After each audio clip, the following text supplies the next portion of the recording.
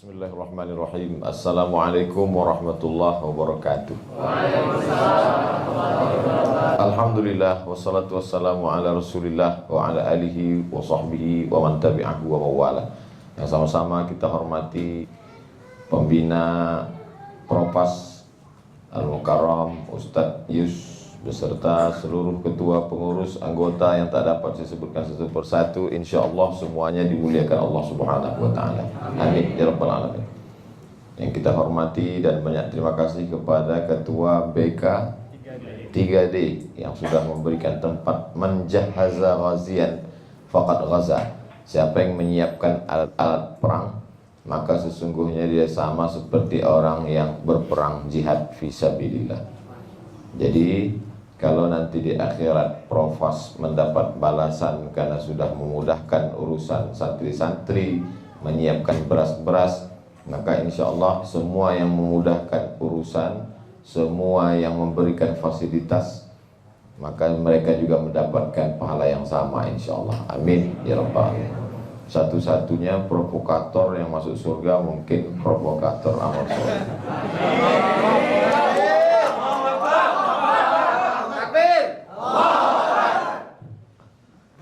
Provokator identik dengan negatif, tidak baik.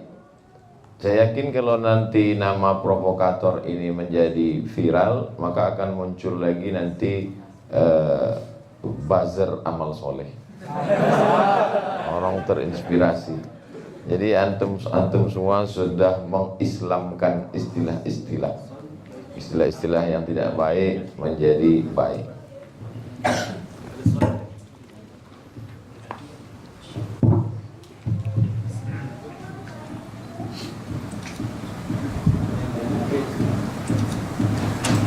Wa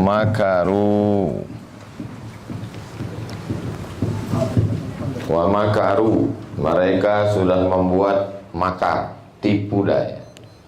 Mereka orang-orang kafir musyrik membuat tipu daya, ingin menghilangkan cahaya Islam. Diambil dari kata makara.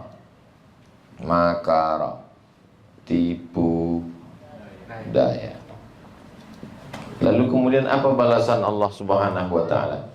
Wa makaru wa makarallah.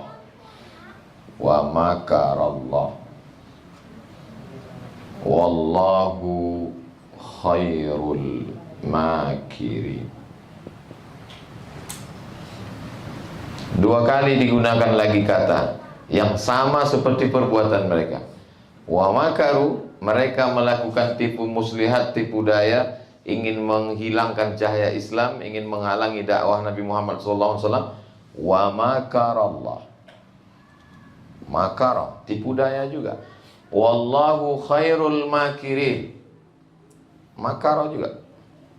Seolah-olah Allah Taala ingin mengatakan, kalau kamu buat tipu daya satu kali, maka Allah membalas tipu daya dua kali. Tapi kalau ini diterjemahkan ke dalam bahasa Indonesia, maka terjemahannya menjadi bermasalah.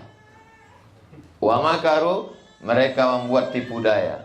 Wa makarallah, na'udzubillah, subhanallah, tidak mungkin ini. Wa makarallah, Allah membuat tipu daya. Tak mungkin Allah menipu. Wallahu khairul makirin, ini terjemahan paling bermasalah lagi. Wallahu khairul makirin, Allah mengucapkannya kita pun tak sanggup. Allah sebaik-baik penipu, tak mungkin. Maka terjemahannya adalah wa makaru, mereka membuat tipu daya. Wa makarallah, Allah membalas tipu daya mereka. Penggunaan istilah menggunakan kata yang sama kepada Allah Subhanahu wa taala yang sebenarnya secara bahasa tidak layak. Dalam ilmu balaghah sastra Arab disebut dengan musyakalah. Musyakalah menggunakan kata yang sama yang sebenarnya tidak layak bagi Allah. Mestinya cukup mereka membuat tipu daya, Allah membalas. Mana tahu nanti ada orang mempermasalahkan. Provokator itu kan identik dengan penjahat, orang yang tidak benar. Kenapa kamu buat amal soleh? Jawablah dengan wa makaru wa makarallah wallahu khairul makirin. Wa yamkurun, Mereka membuat tipu daya. Kalau ada orang-orang yang begitu semangatnya memprovokasi orang untuk minum khamar, sengaja buat podcast khusus untuk mengajak orang minum khamar, beli mejanya, beli kameranya, mengundang artisnya, beli khamarnya, itu kan memang betul-betul pakai nawa itu. Niat itu mau buat dosanya. Dipajanglah segala botol, lalu cerita, menyusun pertanyaannya berhari-hari. Gimana perasaan kamu awal kali mabuk? Gimana sejarah permabukan kamu? Begitu seriusnya memprovokasi orang, maka datanglah sekelompok manusia ini yang juga otaknya provokator juga. Dan mereka adalah sebaik-baik provokator. Wa provokator, wa provokator. Kalau mereka memprovokasi orang untuk menjadi provokator, berbuat zina, berbuat narkoba, berbuat yang dilarang Allah, maka sesungguhnya ini pun juga provokator.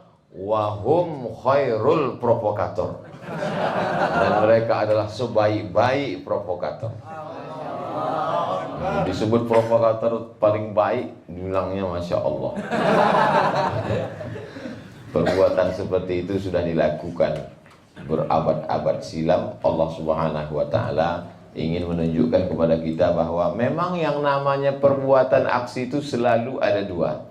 Kalau ada satu yang begitu bersemangat untuk menunjukkan inilah Tuhan kami, Lata, Uzza, Manat, Hubal, Jibti, Taghut, Naham, mengerahkan segenap kemampuannya untuk mengumpulkan tepung gandum dicampur dengan minyak sapi, membuat adonannya berhari-hari, lalu dibuatlah patung berhala yang besar sekali, dibakar di tempat pemanggangan, disembah. Nama patungnya Lata, Uzza, Manat, Hubal, Jibti, Taghut. Berapa modalnya itu untuk beli tepung? Patung berhala Lata, Uzza, Manat, Hubal, Jibti, Taghut, Naham itu bukan sebesar tepung ini. Yang antum bayangkan patung berhala orang musyrik jahiliyah itu sebesar ini, apa namanya? Mochi. Bukan sebesar mochi. The big mochi. Sangat besar. Dibuat patung itu besar, gemuk, gendut. Kenapa dibuat gendut? Supaya ketika lapar, kenyang memakannya. Jadi di antara pekerjaan mereka mengapa disebut jahiliyah adalah dibuatnya patung itu dari tepung gandum, disembah, ketika lapar dicuilnya Tuhan itu dimakan. Ada kelompok yang begitu serius. Lalu kemudian ada juga kelompok yang begitu serius untuk menunjukkan kebatilan Lata, Uzza, Manat, Hubal, Jibti, Taghut, Naham itu. Maka lahirlah seorang yang luar biasa dan bukan orang Arab, namanya Suhaib Ar-Rumi. Rumi di ujung namanya menunjukkan dia Rum, orang Romawi. Ada satu surat dalam Al-Quran, surat Ar-Rum, Romawi, Eropa, Italia sekarang. Maka disitulah menunjukkan ada Islam rahmatan lil alamin, bukan lil arabiyin, untuk orang Arab, tidak, lil alamin. Di antaranya adalah Suhaib Ar-Rumi. Maka dia tinggalkan semua usahanya yang ada di kota Makkah Al-Mukarramah demi untuk ikut hijrah bersama Nabi Muhammad sallallahu alaihi wasallam. Selalu ada komunitas itu. Lalu kemudian ada lagi namanya Abdurrahman ibnu Auf, satu geng dengan Suhaib Ar-Rumi, pindah juga meninggalkan harta bendanya. Jadi kalau ada sekelompok orang yang dengan ketulusannya untuk menggunakan hartanya untuk Lata, Uzza, Manat, Hubal, Jibti, Taghut, Naham, maka akan ada juga sekelompok manusia yang menghabiskan hartanya untuk agama Allah SWT. Tinggal kita mau ikut geng Lata, Uzza atau Abdurrahman bin Auf dengan Sa'ad bin Rabi', dengan Utsman bin Affan, dengan Suhaib Ar-Rumi, insyaallah Propas masuk dalam kelompok ini. Ustaz Abdul Somad kelompok yang mana? Saya dari seragam udah jelas Propas. Tinggal lagi yang kita masih ragu, yang belum berseragam ya. Mereka ini sebetulnya kelompok mana ya? Tapi kalaulah kita mengelompokkan orang berdasarkan seragam, betapa mudahnya untuk hijrah kalau hanya sekedar dengan seragam. Ini untuk menyenangkan hati yang belum punya seragam. Mana tahu ditanya, kau ikut kelompok mana? Sudah bergabung belum dengan Propas? Hijrah itu di dalam, guys.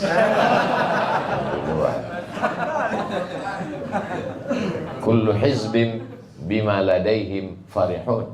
Setiap kelompok selalu bangga dengan kelompoknya. Setiap kelompok selalu bangga dengan kelompoknya. Makanya dia mengatakan, wa ma ana minal musyrikin wa ana minal muslimin. Itu menunjukkan dia bangga. Satu hari berapa kali dia katakan itu. Hanifan musliman. Lupa. Iftitah yang tiap hari kita baca. Inna salati wa nusuki wa mahyaya wa mamati lillahi la syarika lahu wa bidzalika umirtu wa ana minal muslimin. Jadi kalau ada orang berbuat amal kebaikan lalu dia tidak pede dengan kebaikannya, kabarnya ente udah gabung dengan Propas ya? Enggak, sekali-sekali ya.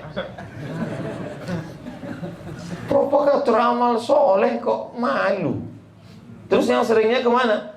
Masih sering memprovokasi teman-teman untuk dugem, untuk menghapuskan dosa itu sekali-sekali ke Propas. Sebagai khiyarukum fil jahiliyah, khiyarukum fil Islam. Begitu Khalid bin Walid masuk Islam, ini Jabal Rumat, jamak dari Ramin. Ramin artinya pemanah. Rama yarmi. Rama artinya melontar.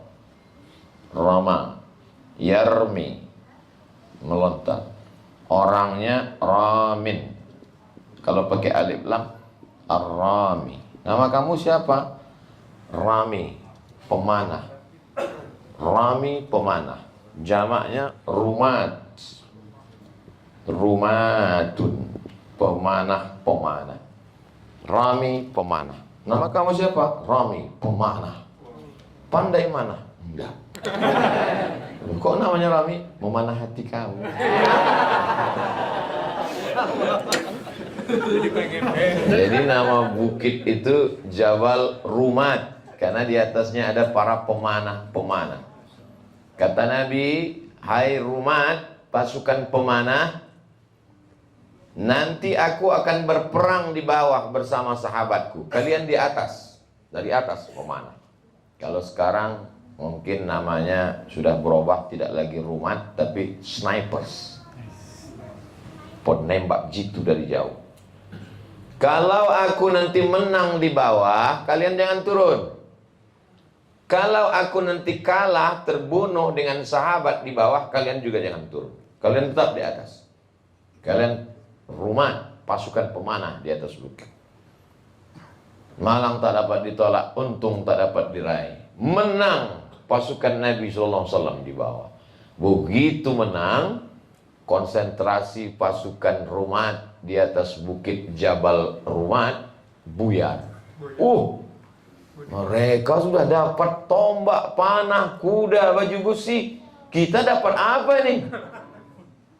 Turun mereka ke bawah. Begitu mereka turun ke bawah, kosong di atas pemanah, maka berputar pasukan Khalid bin Walid mengitari bukit dari belakang, menyerang dari belakang. Akhirnya pasukan Nabi dan sahabat terkepung dari depan dan dari belakang, maka mengalami kekalahan. Nabi dilarikan ke kaki bukit Uhud. Apa komentar ulama sirah tentang ini? Sekali saja kita lawan perintah Nabi, begitulah kekalahan. apalagi kalau berkali-kali melawan Nabi SAW. Jadi orang sekarang, kenapa kita tidak menang? Kita berjuang, kenapa tidak menang? Karena kita berkali-kali melawan perintah Nabi Muhammad SAW. Yang jadi poinnya adalah kekalahan waktu itu banyak orang menganalisa karena pasukan Khalid bin Walid. Khalid bin Walid kan pejuang Islam, Pak Ustadz. Ini ceritanya masih CD 1. Ini kan ceritanya perang Uhud, Jabal Uhud, perang Uhud tahun ketiga. Tahun kedua perang Badar, tahun ketiga perang Uhud. Lalu kemudian tahun-tahun berikutnya Allah berikan hidayah, Khalid bin Walid masuk Islam. Makanya apa kata Nabi? Khiyarukum jahiliyah, khiyarukum fil Islam. Ketika pada zaman jahiliyah, dialah jenderalnya. Di zaman jahiliyah, dialah panglima perangnya. Di zaman jahiliyah, dialah provokatornya. Tapi setelah Islam, dia juga yang bersemangat. Jadi yang dulu selalu memprovokator kawan-kawan, ayo mabuk, ayo sakau, ayo dugem, ayo pesta zina, mohon maaf, ayo. Jangan setelah hijrah malah di masjid zikir aja. Pas diajak, ayo ngumpul beras, serahkan pada Allah. Ini bukan khiyarukum fil jahiliyah, khiyarukum fil Islam. Sebagaimana dulu sebelum hijrah kau menjadi provokator untuk perbuatan dosa, maka setelah hijrah kau mesti menjadi provokator juga. Tapi provokatornya berapa? Lebih 2 kali provokator. Jadi kalau dulu sebelum hijrah, sebelum tobat, ngajak orang tiap malam, maka setelah hijrah dia mesti ikut bagi beras ini 2 kali malam, 2 kali siang. Dia mesti datang ke ketua propas bertanya, kapan pembagian? Di awal bulan, kita percepat. Ayo kita bagi beras. Beras siapa yang mau kita bagi? Pokoknya kita cari aja beras. Tapi jangan gara-gara ini lalu jadi Robin Hood, menghalalkan segala cara, mencuri, merampas, merampok. Tidak, ini tidak dibenarkan dalam Islam. Banyak orang yang ingin berbuat baik, dia tidak punya, lalu menghalalkan segala cara, mencuri, merampas, merampok. Innallaha thayyibun, Allah maha suci, la yaqbalu illa thayyiban. Allah tidak menerima kecuali yang suci-suci juga. Wa anfiqu, berinfaklah, min thayyibat, yang baik-baik. Saya tidak ingin pula nanti muncul setelah datang provokator amal soleh, muncul lain-lain terinspirasi Robin Hood syariah. Ini tidak betul. Kita tetap niatnya baik, amalnya juga baik. Masalah menggunakan istilah yang kurang baik bisa dilegitimasi dengan tanda kutip. Provokator tanda kutip. Tapi lah kelamaan kalau sudah disosialisasikan, nanti orang menjadi faham dan mengerti. Saya pun awal-awalnya terkejut. Ustadz, kita propos, propas, propas. Apa itu? Provokator. Jelek itu, negatif. Tapi ini amal soleh. Oh, baik. Ternyata biarlah awalnya jelek, yang penting ujungnya husnul khotimah. Provokator. Siapa ini? Negatif. Amal soleh. Oh. Tidak selamanya orang baik. Mantan preman, nggak apa-apa. Mantan pecandu narkoba, oke.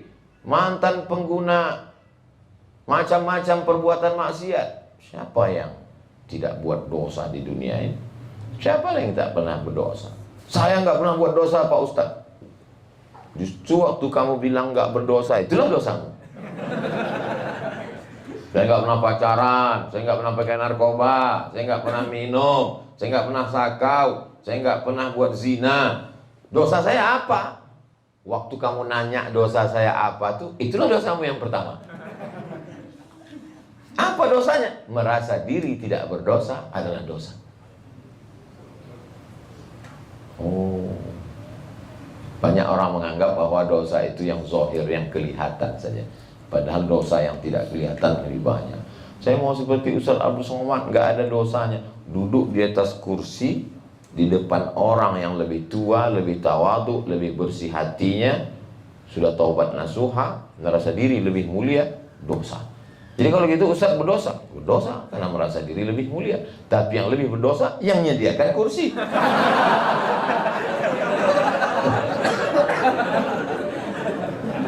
Saya nggak mau disalahkan sendiri, mesti ngajak yang lain. Begitulah pendosa-pendosa itu ingin masuk neraka. Ngajak dia, la atiyannahum min baini aydihim, aku akan ajak mereka dari depan, wa min khalfihim, dari belakang, wa an aymanihim, dari kanan, wa an syama'ilihim, dari kiri. Ayat Quran Pak Ustaz? Iya. Ayat berapa? Tanya Ustaz Adi Hidayat. La'atiyannahum, aku akan datangi mereka. Untuk apa? Untuk buat dosa. Makanya kalau ada teman, kawan satu kampus, kawan kongko-kongko, serius sekali ngajak buat dosa. Gimana? Jadi kita mabuk. Aduh, aku lagi nggak punya uang. Aku udah naik. Barang siap. Oh, ini setan itu. Aku sudah lama ingin melihat setan, baru ini ketemu. Bisa selfie nggak? Ini ternyata yang dikatakan Ustaz Abdul Somad. Serius sekali. Kalau orang mau buat dosa, mau masuk neraka, begitu seriusnya. Mengapa kita yang katanya sudah memproklamirkan diri sebagai propagator amal soleh, kok tidak seserius itu? Ngajak kawan baru sekali aja. Jadi kita ngumpul beras, aduh aku lagi nggak semangat. Ya udahlah, kita batalin aja. Kata setan sebegitunya. Aku aja yang mau masuk neraka, serius kata setan. Sebetulnya yang masuk surga itu siapa sebetulnya, kata setan? Jangan-jangan aku lebih dulu masuk surga, kata setan. Jadi saya khawatir nanti muncul KPS, Komisi Perlindungan Setan. Saking banyaknya orang mengkambing hitamkan setan. Salah-salah dikit setan, nggak semangat setan. Kata setan, aku udah lama berhenti gitu. Aku sekarang hanya jadi pengamat aja, kata setan. Saking perbuatan manusia ini udah banyak seperti perbuatan setan. Nyanyian setan udah pensiun dini. Nyanyian setan udah hijrah sekarang. Saudara yang dimuliakan Allah Subhanahu Wa Taala. Jadi kita mesti yakin. Tapi keyakinan itu kalau sendiri susah. Wa minal isnaini ab'ad. Poin pertama adalah meyakinkan diri kita mesti hijrah dari provokator sakau, provokator LGBT, provokator narkoba, provokator ghibah, provokator namimah, hijrah menuju provokator amal soleh. Setelah itu mesti berjamaah, tak bisa sendirian. Wa minal isnaini ab'adu. Kalau dari berdua, kamu berdua dia akan lari, bertiga dia akan lari. Karena kecenderungan manusia ini ngelihat mana yang ramai. Kita bawa kendaraan nih, sore-sore, mau cari tempat makan, minum, sore-sore jalan-jalan. Lihat ada rumah makan, ini bagus, harganya bagus, rame nggak? Nggak rame, nggak usah, kayaknya nggak enak. Ada sebagian orang begitu. Begitu juga dengan ini. Ada orang mau hijrah, dia udah semangat nih mau hijrah. Kita ikut kelompok yang mana nih? Ikut propos, apa namanya? Provokator amal soleh. Coba lihat anggotanya, ada videonya nggak? Ada. Cuma 3 orang. Jangan-jangan ini hijrahnya nggak benar ini. Apalagi namanya provokator.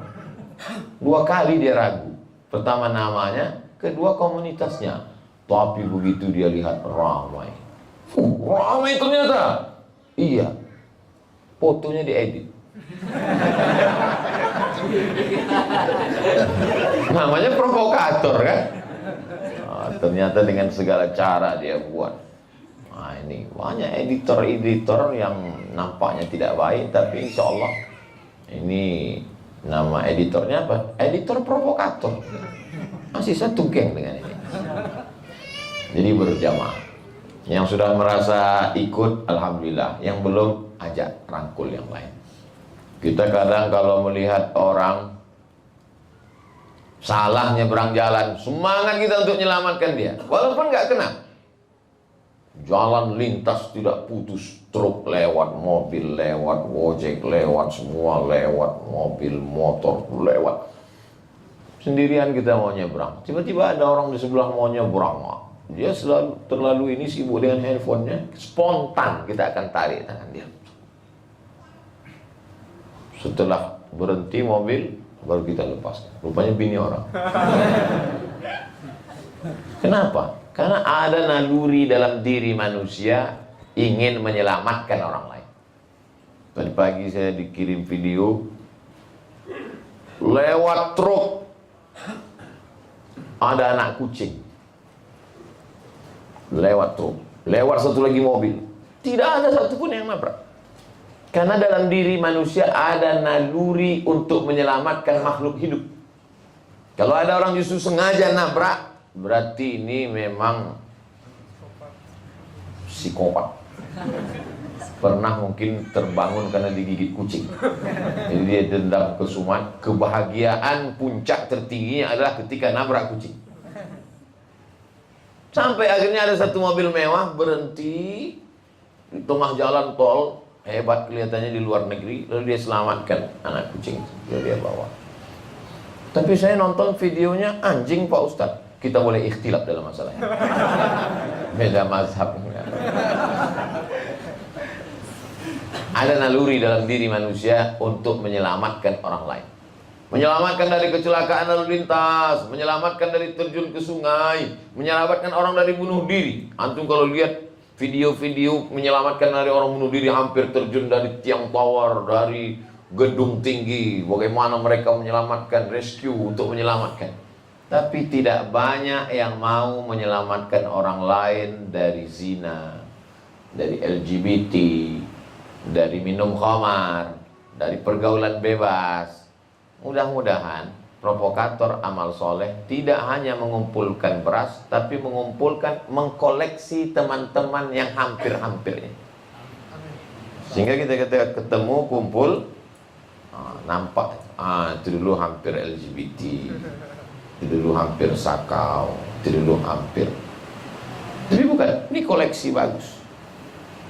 Sehingga nanti mereka ini semuanya akan berterima kasih. Al-akhillah, orang yang berteman, berkawan di dunia ini, nanti di akhirat ba'dhum li ba'dhin adu, mereka menjadi musuh. Gara-gara kamulah saya masuk neraka, gara-gara kamulah ngajak saya mabuk, gara-gara kamulah ngajak saya berzina. Kelahi semua mereka, saling menyalahkan. Enggak salah saya. Iya, kamu yang ngajak saya. Kamu juga salah, diajak kok mau. Ya aku mau karena gratis. Illal muttaqun, kecuali orang bertakwa. Orang bertakwa saling memuji di hadapan Allah. Gara-gara kamulah saya selamat. Kamu kan yang ngajak aku ikut propas. Kamu kan, aku sebetulnya waktu itu nggak mau ikut. Terus kamu kok ikut? Ya bajunya gratis. Saling memuji di hadapan Allah SWT. Makanya mungkin ada yang memposting gambar bersama di dunia, bertetangga di surga. Bersama di dunia, bertetangga di surga.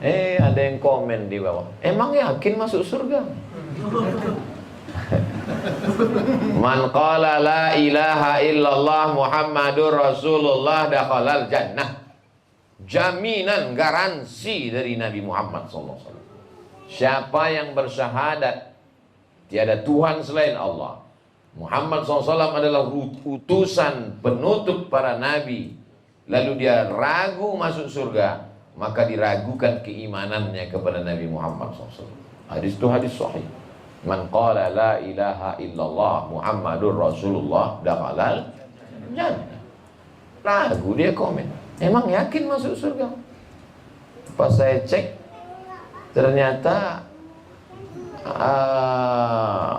postingnya 0, akun bodong. Dia aja nggak yakin punya akun. Hanya yakin masuk surga. Man qala la ilaha illallah Muhammadur Rasulullah dakhalal jannah, pasti masuk surga. Tapi yang mengucapkan itu dalam keadaan beramal soleh, yang sambil mabuk, goyang mata merah. Ditanya, Kau masuk surga? Man qala la ilaha illallah Muhammadur Rasulullah dakhalal jannah. Apa iya Pak Ustaz orang yang mengucapkan la ilaha illallah Muhammadur Rasulullah masuk surga? Masuk surga. Kalau dia sedang mabuk, transit dulu. Yobo-obo lu, cuci neraka jahanam. Nah, salakakum fi saqar. Kenapa kau masuk neraka saqar? Lam nakum minal musallin. Kami tidak salat. Walam nakun nut'imul miskin. Kami tak kasih makan orang miskin. Yang rajin salat ke masjid, yang rajin salat duha, salat tahajud, salat witir, salat qabliyah, salat ba'diyah, salat isyraq, salat awabid, tapi membiarkan tetangganya tak makan, membiarkan anak yatim fakir miskin tak makan, masuk ke dalam neraka saqar, ditarik sama propas. Propas mengurangi penduduk neraka saqar. Kata Ustaz Abdul Somad, saya membacakan ayatnya. Nut'imul miskin. Mereka yang pendusta-pendusta agama itu. Ara'aital ladzi yukadzibu biddin? Tahukah kamu siapa itu pendusta agama? Bukan yang ngejek-ngejek Islam, bukan yang memparodikan Islam, bukan yang menjadikan bahan untuk Islam sebagai bahan ejekan di medsos, membuat meme. Bukan itu orang yang mendustakan agama. Siapa dia? Fadzalikal ladzi yad'ul yatim wa la yahuddu ala ta'amil miskin. Siapa yang menyelamatkan itu? Propas. Jadi kalau ditanya orang nanti, apa ini propas? Provokator amal soleh. Tugas pokoknya apa? Mengurangi penduduk neraka saqar, menyelamatkan orang-orang dari pendusta agama. Terdiam dia. Kenapa? Tersinggung dia. Selama ini tak pernah ngasih orang berat. Pertama, yakinkan dirimu hijrah. Yang kedua, mesti berjamaah. Sampai kapan kita berjamaah nih? Sholat berjamaah banyak, zikir berjamaah ramai, maulid berjamaah tak terhitung lagi. Tapi membagi beras berjamaah, komunitasnya bisa dihitung dengan jari, orang-orangnya. Tapi dalam 10 bulan bisa 35 ton. Ini prestasi. Ustaz kok tahu? Saya tanya tadi. Tapi jangan bangga dulu. Jangan sempat kita merasa euforia sesaat. Kita lihat prestasi untuk membangkitkan semangat. Tapi ada satu lagi yang paling membangkitkan semangat. Apa? Melihat orang yang lapar lebih banyak dari yang sudah kita kenyangkan perutnya. Kalau bagi saya yang memberikan semangat itu. Dihadirkan provokator lagi, motivator. Dihadirkan motivator untuk memberikan semangat bagi saya. Enggak. Saya yang membuat saya semangat bukan motivator. Motivator itu faktor ekstern dari luar.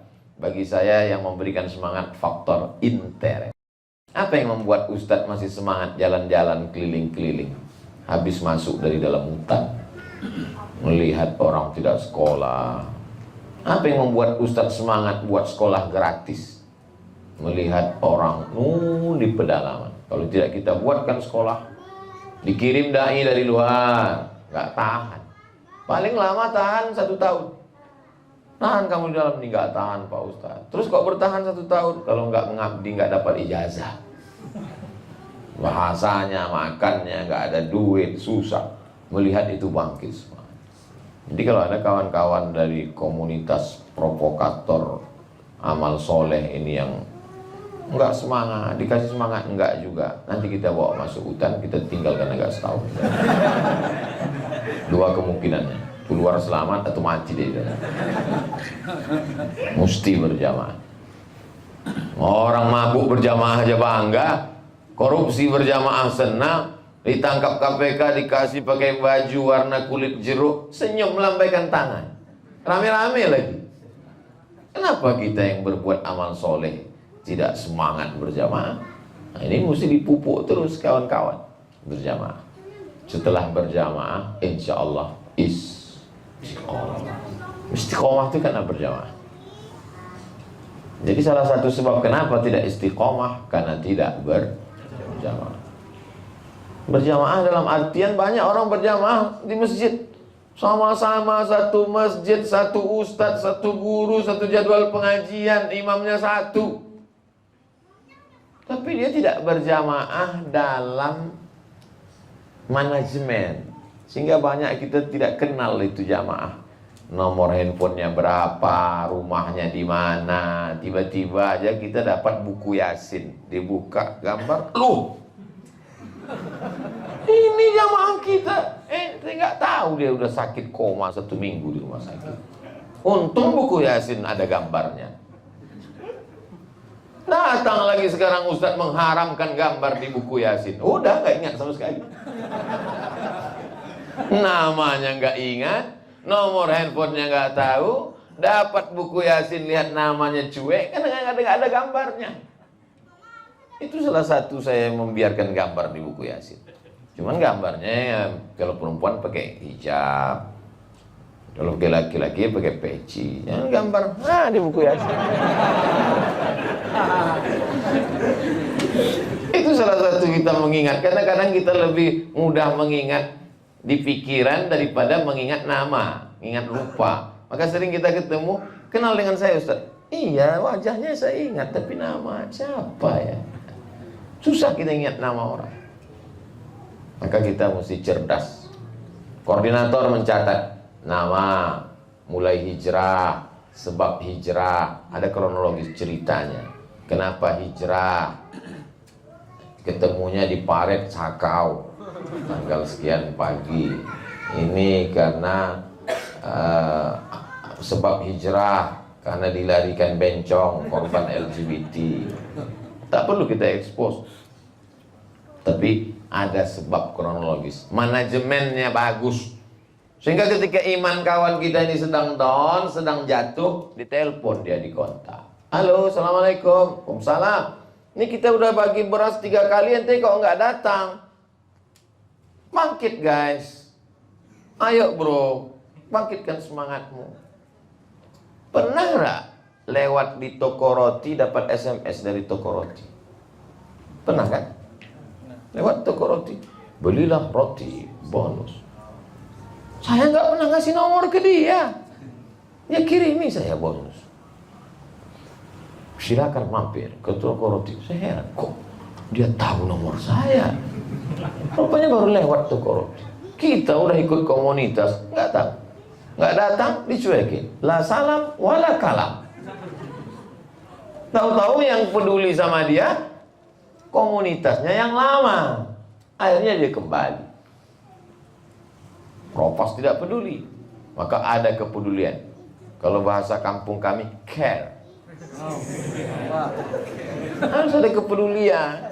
Man lam yahtam bi amril muslimin falaysa minhum.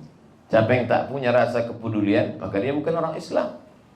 Apa yang membuat kita berkumpul? Karena peduli melihat ada pesantren yang tidak makan, melihat ada anak penghafal Quran, lemah dia, berkunang-kunang dia, baca ayat 7 melompat ke 8, baca ayat 8 hilang ayat 6, saking kan lapar. Berapa banyak pondok pesantren, mereka tidak pernah mengadu. Makanya bunyi ayatnya, fi amwalihim haqqum ma'lum lis-sa'ili wal mahrum. Ada orang yang tidak makan, tapi dia korbankan harga dirinya, dia sa'il, minta. Tapi ada orang yang tidak mau minta, mahrum. Dia tidak ada, tapi dia maju. Itulah yang mau kita selamatkan. Pak RT baik, Pak RW baik, tapi datanya kita tidak percaya 100%. Kenapa? Karena dia juga nanti kampanye waktu pemilihan RT. Dia akan kasih ke yang pro ke dia aja. Maka kita data, masuk kampung, keluar kampung, tengok gubuk rewat mau tumbang. Ibu di sini berapa? Saya dengan suami saya, anak 7. Kita bingung, gimana ini orang susah anaknya kok 7? Orang kaya kok anaknya cuma 1? Orang kaya anaknya 1, dia nggak sempat karena sibuk main handphone. Orang miskin mati lampu jam 8 tidur, lahir 7. Yang kita salahkan dia. Nah, malah kita ngamuk-ngamuk, apa nih udah miskin, rumah kontrak anak kok 7. Mana tahu ada di antara mereka yang akan menjadi mujahid fisabilillah. Itu masa lalu dia. Yang akan datang itu yang kita. Jangan karena kelemahan kita nyari beras, kita lampiaskan kemarahan kita. Apalagi yang marah jomblo. Marahnya karena itu atau karena nggak dapat? Nah, ini kita tolong mereka ini. Nah, bangkitkan harkat martabatnya, kita bangkitkan semangatnya. Ini baru langkah pertama. Bagi-bagi beras ini baru anak tangga pertama. Jangan puas dulu, nggak cukup hanya makan. Baru nanti meningkat program berikutnya, memberikan beasiswa pendidikan gratis. Setelah itu nanti meningkat lagi, mengirimkan dia, kalau dia kebetulan punya bakat bagus, Quran, bisa menjadi guru mengaji di tempat gajinya ditanggung. Kira-kira kalau ngajar di sini berapa ya Pak cocoknya? Kata Pak Kepala Sekolah, 2,5 juta kalau di kampung ini udah cukup Pak Ustadz. Oh, kebetulan kami ada beberapa komunitas. Ceritanya ngalor ngidul ke sana kemari, marilah kita meningkatkan partisipasi kita untuk menuju kebangkitan Islam. Saya ini nggak fokus nih. Dia tanya, ente mau ngasih berapa? Masih sanggupnya berapa? Ah, ini yang sedang kita bahas. Langsung aja lah, berapa sanggup ngasih? Saya sanggup ngasih 500 Pak Ustaz. Nah, komunitas ini 500 Pak Ustaz. Ini 500. Akhirnya kumpul 5 komunitas, 500, 2,5 juta. Selesai. So banyak-banyak bicara. Bicara itu berat. Kasih ke aku aja.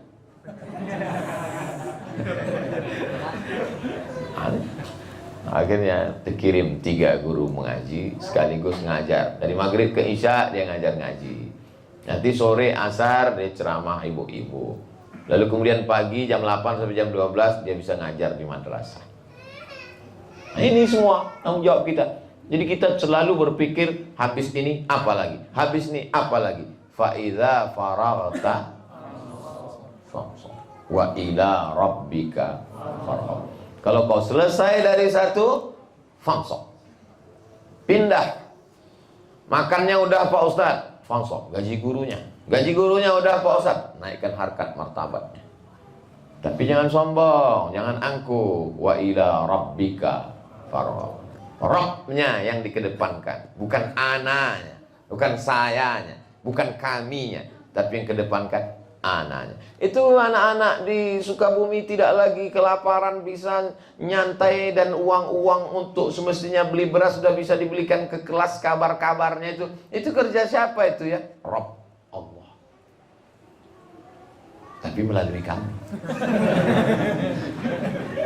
Kami tidak ingin dihormati.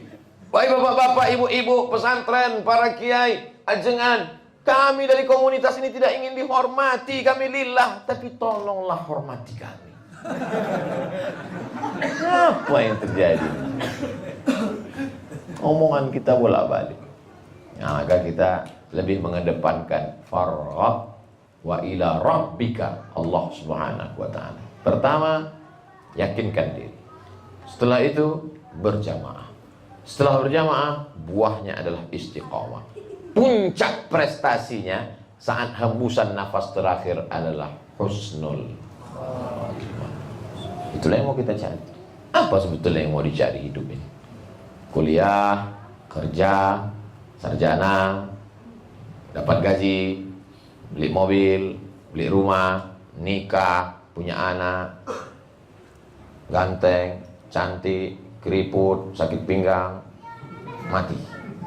Itu yang normal. Ada yang nggak pakai sakit, batuk, mati. Apa yang mau dicari hidup ini? Yang mau dicari hidup ini adalah mati dalam keadaan la ilaha illallah Muhammadur Rasulullah sallallahu alaihi wasallam. Kalimatu haqqin 'alaiha nahya. Terus kalau kita tidak perjuangkan ini, apakah hilang Islam ini? Tidak. Cobalah baca sejarah.